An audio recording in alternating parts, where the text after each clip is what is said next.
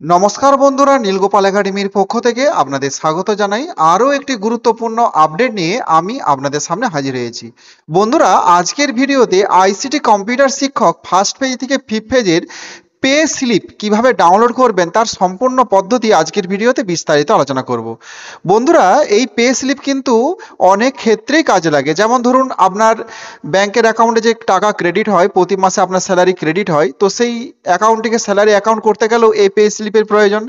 অথবা আপনি যদি কোনো লোন নেন ব্যাংক থেকে, সেক্ষেত্রেও কিন্তু আপনার এই পে স্লিপের প্রয়োজন রয়েছে।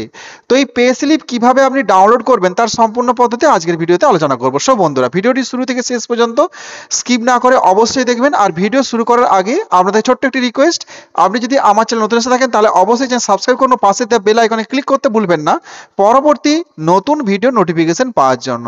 চলুন বন্ধুরা, ভিডিওটি শুরু করা যাক। বন্ধুরা, প্রথমে আপনাদের জানিয়ে রাখি যে পে স্লিপ ডাউনলোড করতে গেলে প্রথমে আপনার যে মোবাইল নাম্বারটি আপনার ব্যাংকের অ্যাকাউন্টের সঙ্গে লিঙ্ক করানো রয়েছে, সেই মোবাইল নাম্বারটি কিন্তু আপনার ডিআই অফিস বা এডিআই অফিসে গিয়ে সেখানে কিন্তু আপনার যে স্যালারি ক্রেডিট হয় সেখানে কিন্তু এটা লিঙ্ক করাতে হবে, আগে অ্যাড করাতে হবে, তবেই কিন্তু এই পে স্লিপটা ডাউনলোড করতে পারবেন। তো এই মোবাইল নাম্বার অ্যাড করাতে গেলে কিন্তু আপনাদের স্কুলের এইচএম এর কাছ থেকে প্যাডে লিখিত নিয়ে যেতে হবে, তাহলে কিন্তু ওনারা আপনার মোবাইল নাম্বারটা এখানে অ্যাড করে দিবেন, তাহলে কিন্তু আপনি বাড়িতে বসে নিজের মোবাইল ফোন থেকে পে স্লিপটা ডাউনলোড করতে পারবেন। বন্ধুরা, প্রথমেই আপনি আপনার ফোনের প্লে স্টোরে চলে যাবেন, সেখানে যে টাইপ করবেন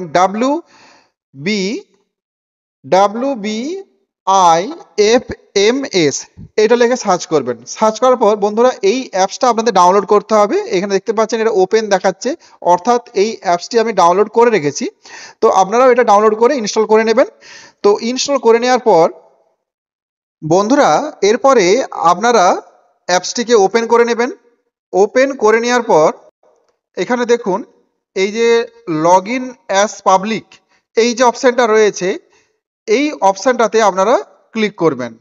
এই অপশানটাতে ক্লিক করার সাথে সাথেই এখানে দেখুন, এখানে এন্টার ইওর মোবাইল নাম্বার, এখানে আপনি আপনার মোবাইল নাম্বারটা বসিয়ে দেবেন, যে মোবাইল নাম্বারটা আপনার ব্যাংকের অ্যাকাউন্টের সঙ্গে লিঙ্ক করানো রয়েছে, এবং সেই একই মোবাইল নাম্বার যেটি আপনার এডিআই বা ডিআই অফিসে আপনার লগ ইন করা হয়েছে।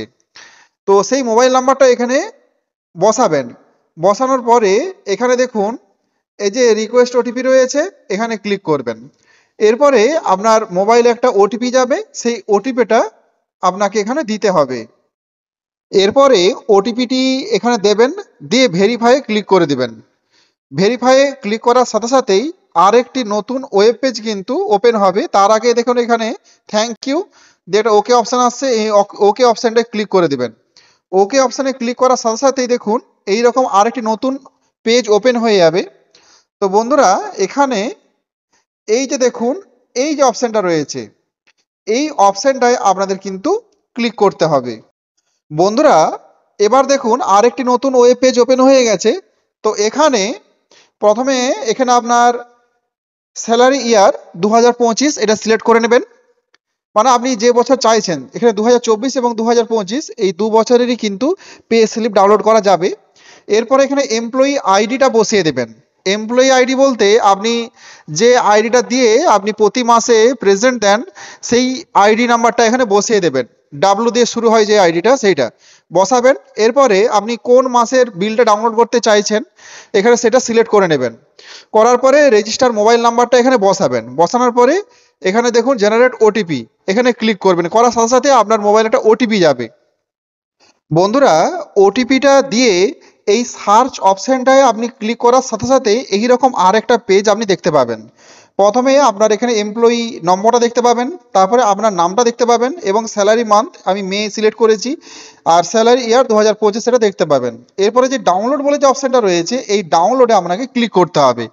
ডাউনলোডে ক্লিক করার সাথে সাথে কিন্তু আপনার পে স্লিপটি ডাউনলোড হয়ে যাবে, একদম গ্যালারিতে চলে যাবে, আপনি সেখান থেকে সরাসরি প্রিন্ট করতে পারবেন।